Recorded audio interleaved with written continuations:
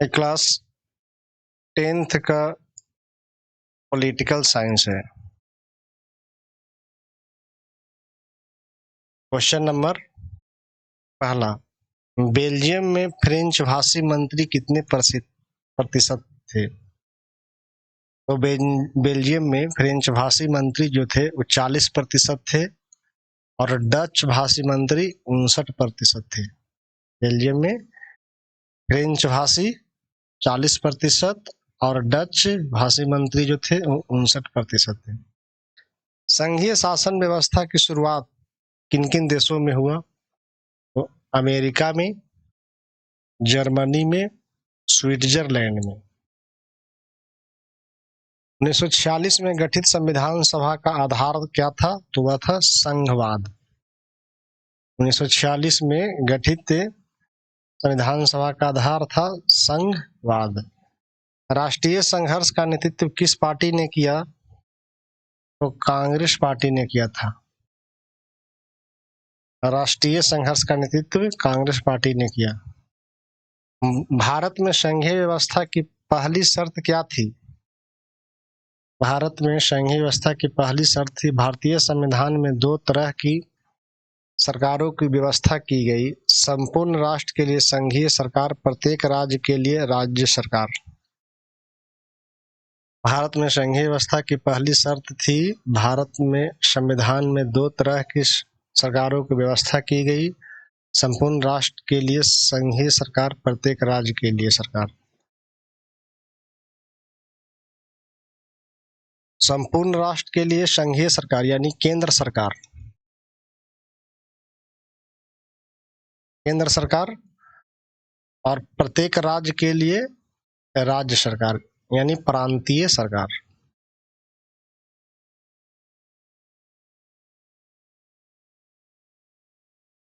भारतीय संविधान एक संघीय संविधान है।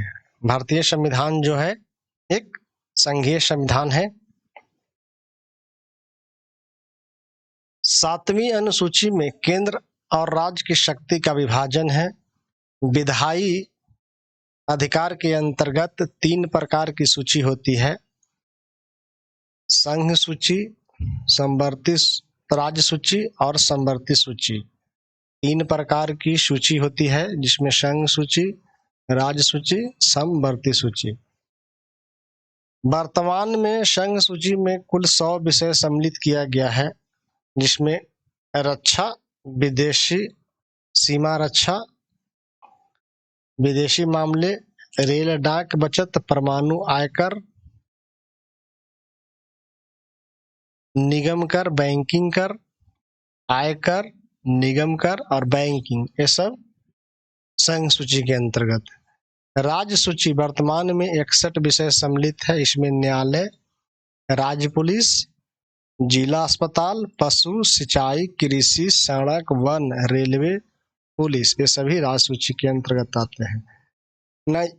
नाइजीरिया में संघवाद की स्थापना 1950 ईस्वी में हुई। संघीय व्यवस्था की स्थापना की गई। नाइजीरिया में 3 बड़ी जातियों का समूह है। नाइजीरिया में 3 बड़ी जातियों का समूह है। वेस्ट इंडीज में संघ की स्थापना 1958 में हुआ। वेस्ट इंडीज में संघ की स्थापना 1958 में। भारतीय संविधान में हिंदी भाषा को राष्ट्रभाषा का दर्जा क्यों दिया गया?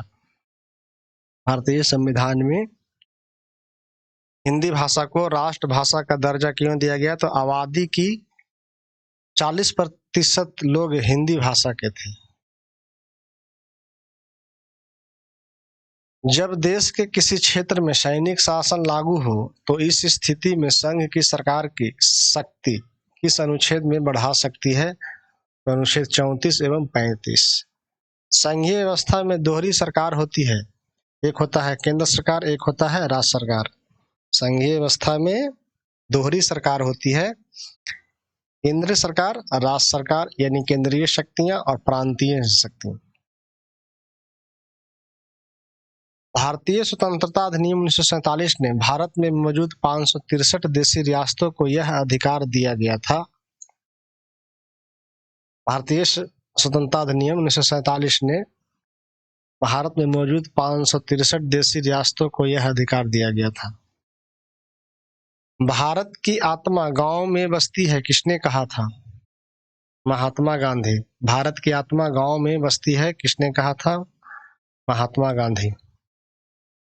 ग्राम पंचायत की गठन अनुच्छेद 40 एवं उसकी शक्ति और कार्य का उल्लेख है। ग्राम पंचायत की गठन अनुच्छेद 40 और उनकी शक्ति और कार्य का उल्लेख है। राष्ट्रीय स्तर पर पंचायती राज की विधि शुरुआत कहाँ और कब की गई थी? राष्ट्रीय स्तर पर पंचायती राज प्रणाली और विधि की शुरुआत कहाँ और कब की गई थी? राजस्थान के नागौर जिला में 2 अक्टूबर 1959। बलवंत राय मेहता समिति ने पंचायत व्यवस्था के लिए त्रिस्तरीय ढांचा का सुझाव दिया। बलवंत राय मेहता समिति ने पंचायत व्यवस्था के लिए त्रिस्तरीय ढांचा का सुझाव दिया। ग्राम स्तर पर पंचायत, प्रखंड स्तर पर पंचायत और जिला स्तर पर पंचायत। बलवंत राय मेहता ने त्रिस्तरीय पंचायत व्यवस्था का सुझाव दिया था। एक था ग्राम स्तर पर पंचायत, दूसरा प्रखंड स्तर पर और तीसरा जिला स्तर पर, जिला परिषद। पंचायती राज में 29 मुद्दों का उल्लेख है जो पंचायती राज के क्षेत्राधिकार में आते हैं। पंचायती राज में 29 विषयों पर 29 विषयों पर उल्लेख है जो पंचायती राज के क्षेत्राधिकार में आते हैं। पंचायती राज अधिनियम 11वीं अनुसूची में जोड़ी गई है। पंचायती राज अधिनियम 11वीं अनुसूची में जोड़ी गई है। पंचायती राज अधिनियम भाग 9 में है। बिहार में पंचायती राज का स्वरूप त्रिस्तरीय है। ग्राम पंचायत, पंचायत समिति, जिला परिषद, इन सभी का कार्यकाल 5 वर्ष का होता है। पंचायती राज बिहार में त्रिस्तरीय है। इसमें पहला ग्राम पंचायत, दूसरा पंचायत समिति, तीसरा जिला परिषद, इन सभी का कार्यकाल 5 वर्ष का होता है। ग्राम पंचायत बनाने के लिए औसत आबादी 7000 होनी चाहिए। बिहार में ग्राम पंचायत बनाने के लिए औसत आबादी 7000 होनी चाहिए। एक पंचायत में 15 से 16 वार्ड तक होती है। एक ग्राम पंचायत में 15 से 16 वार्ड तक होती है। एक वार्ड में 500 आबादी होनी चाहिए। एक वार्ड में 500 आबादी होनी चाहिए। बिहार पंचायती राज अधिनियम 2006 के तहत महिलाओं के लिए संपूर्ण सीटों पर आधा सीट में यानी 50% आरक्षण का प्रावधान है। ग्राम पंचायत की सदस्य कितना बहुमत से मुखिया के विरुद्ध अविश्वास प्रस्ताव पारित करके मुखिया और उप मुखिया को अपने पद से हटाया जा सकता है? तो 2/3। ग्राम पंचायत की सदस्य कितना बहुमत से मुखिया के विरुद्ध अविश्वास प्रस्ताव पारित करके मुखिया उप मुखिया को अपने पद से हटाया जा सकता है? 2/3। ग्राम पंचायत के प्रमुख अंग ग्राम सभा, मुखिया, ग्राम रक्षा दल या दलपति या ग्राम कचहरी। ग्राम पंचायत के प्रमुख अंग ग्राम सभा, मुखिया, ग्राम रक्षा दल या इसे दलपति भी कहते हैं और ग्राम कचहरी, ये प्रमुख अंग हैं ग्राम पंचायत की। ग्राम पंचायत की व्यवस्थापिका किसे कहा जाता है? तो ग्राम सभा को कहा जाता है। ग्राम पंचायत की व्यवस्थापिका किसे कहा जाता है? तो ग्राम सभा को कहा जाता है।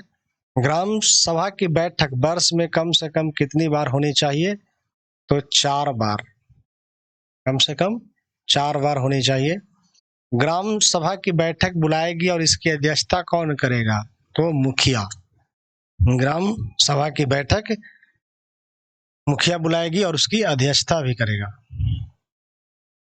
ग्राम रक्षा दल, ग्राम रक्षा दल यह गांव की पुलिस व्यवस्था है।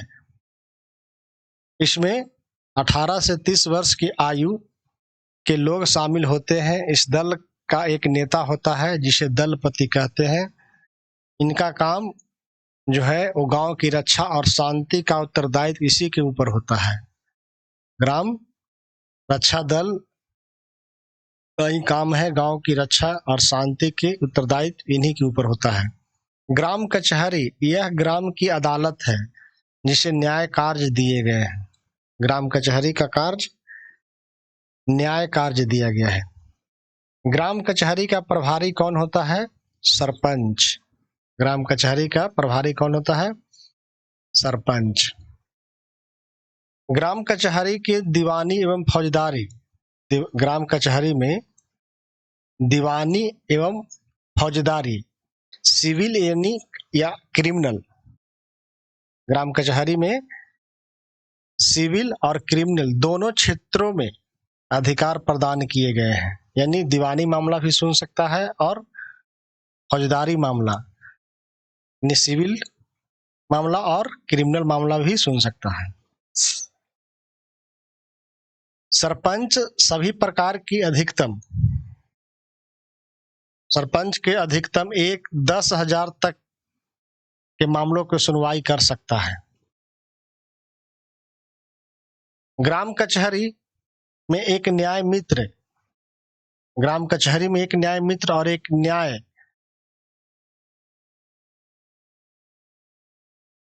मित्र एवं न्याय सचिवों के पदों का निर्माण बिहार सरकार द्वारा किया गया है। न्याय मित्र एवं न्याय सचिवों की पदों का निर्माण किसके द्वारा किया गया है? बिहार सरकार द्वारा किया गया है।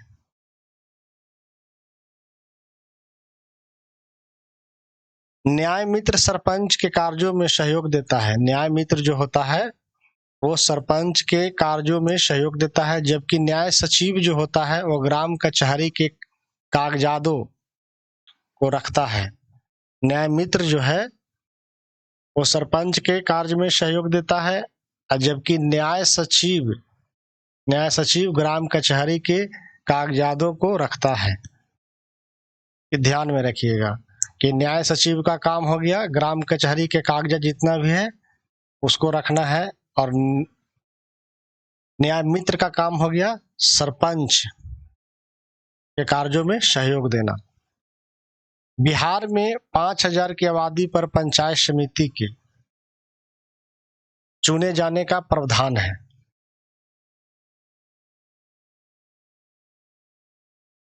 पंचायत समिति का प्रधान प्रमुख होता है।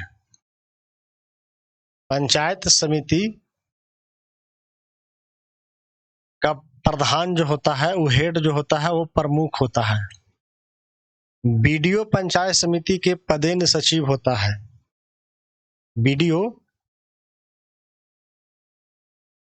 बीडीओ साहब पंचायत समिति के पदेन सचिव होता है। वह प्रमुख के आदेशों पर पंचायत समिति की बैठक बुलाता है। वह प्रमुख के आदेशों पर पंचायत समिति की बैठक बुलाता है। पंचायत समिति अपना अधिकांश कार्य अस्थायी समिति द्वारा करती है। पंचायत समिति अपना अधिकांश कार्य जो है वह अस्थायी समिति द्वारा करती है। पंचायती राज का तीसरा स्तर जो है वो जिला परिषद होती है। 50,000 की आबादी पर जिला परिषद का चुना जाता है। 50,000 की आबादी पर जिला परिषद का एक सदस्य चुना जाता है। प्रत्येक जिला परिषद के एक अध्यक्ष एवं उपाध्यक्ष होता है। प्रत्येक जिला परिषद के एक अध्यक्ष और एवं उपाध्यक्ष होता है। पंचायत के लिए निर्वाचन आयोग की नियुक्ति राज्यपाल करता है। पंचायत में जो भी चुनाव होता है उसको चुनाव करवाने के लिए निर्वाचन आयोग की नियुक्ति राज्यपाल करता है। बिहार में नगरों एवं कस्बों में स्थानीय स्वशासन का इतिहास का उल्लेख जो है वो मनु स्मृति और महाभारत में मिलता है। बिहार में नगरों एवं कस्बों को स्थानीय स्वशासन का जो इतिहास दर्ज किया गया है उसका उल्लेख मनु स्मृति और महाभारत में मिलता है। नगरीय शासन व्यवस्था को सर्वप्रथम संवैधानिक मान्यता 74वें संविधान संशोधन 1992 में पारित किया गया था। नगरपालिका के कार्य क्षेत्र विषय संविधान की 12वीं अनुसूची में उल्लेखित है। नगर के स्थानीय शासन के लिए 3 प्रकार की संस्थाएं हैं। नगरों में स्थानीय स्वशासन के लिए 3 प्रकार की संस्थाएं हैं। नगर पंचायत, नगर परिषद और नगर निगम। नगरों में स्थानीय स्वशासन के लिए 3 प्रकार की संस्था है। नगर पंचायत, नगर परिषद और नगर निगम। नगर पंचायत जिस शहर की जनसंख्या 12,000 से 40,000 के बीच हो, उस शहर को बेशक 3/4 जनसंख्या कृषि से भिन्न कार्य में संलग्न हो और नगर पंचायत की श्रेणी में आएगा। नगर पंचायत की श्रेणी में आएगा जिसकी जनसंख्या 12,000 से 40,000 के बीच में हो और वहां के लोग 3/4 जनसंख्या जो है कृषि से भिन्न कार्य में संलग्न हो, तो वो नगर पंचायत में आएगा। नगर पंचायत के सदस्य वहां के बाडों से नगर पंचायत के सदस्य वहां के बाडों से मतदाता द्वारा सीधे चुनकर आते हैं। नगर पंचायत के सदस्य की संख्या 10 से 37 तक होती है। नगर परिषद को वैसे शहर जिनकी जनसंख्या कम से कम 2 लाख से 3 लाख के बीच होती है, वह नगर परिषद का गठन किया जाता है। नगर परिषद वैसे शहर जिसकी जनसंख्या कम से कम 2 लाख से 3 लाख के बीच होती है, वहां नगर परिषद की गठन की जाती है। इन शहरों की जनसंख्या घनत्व 400 व्यक्ति होनी चाहिए। नगर परिषद के 4 अंग होते हैं। नगर परिषद के 4 अंग होते हैं। नगर पार्षद, समितियां, अध्यक्ष एवं उपाध्यक्ष और कार्यपालक पदाधिकारी। नगर परिषद के 4 अंग होते हैं। नगर परिषद, समितियां, अध्यक्ष यानी उपाध्यक्ष और कार्यपालक पदाधिकारी। भारत में सर्वप्रथम 1688 ईस्वी में मद्रास में नगर निगम की स्थापना की गई थी। भारत में सर्वप्रथम मद्रास यानी चेन्नई में नगर निगम की स्थापना कितना में 1688 में की गई थी। बिहार की पटना में 1952 में स्थापना की गई थी। बिहार की पटना में 1952 में स्थापना की गई थी नगर निगम की। सेशन अच्छा लगे तो लाइक, सब्सक्राइब, शेयर कीजिएगा। बाकी चैप्टर प्ले लिस्ट में है, वहां से आप देख सकते हैं 6 to 12 तक।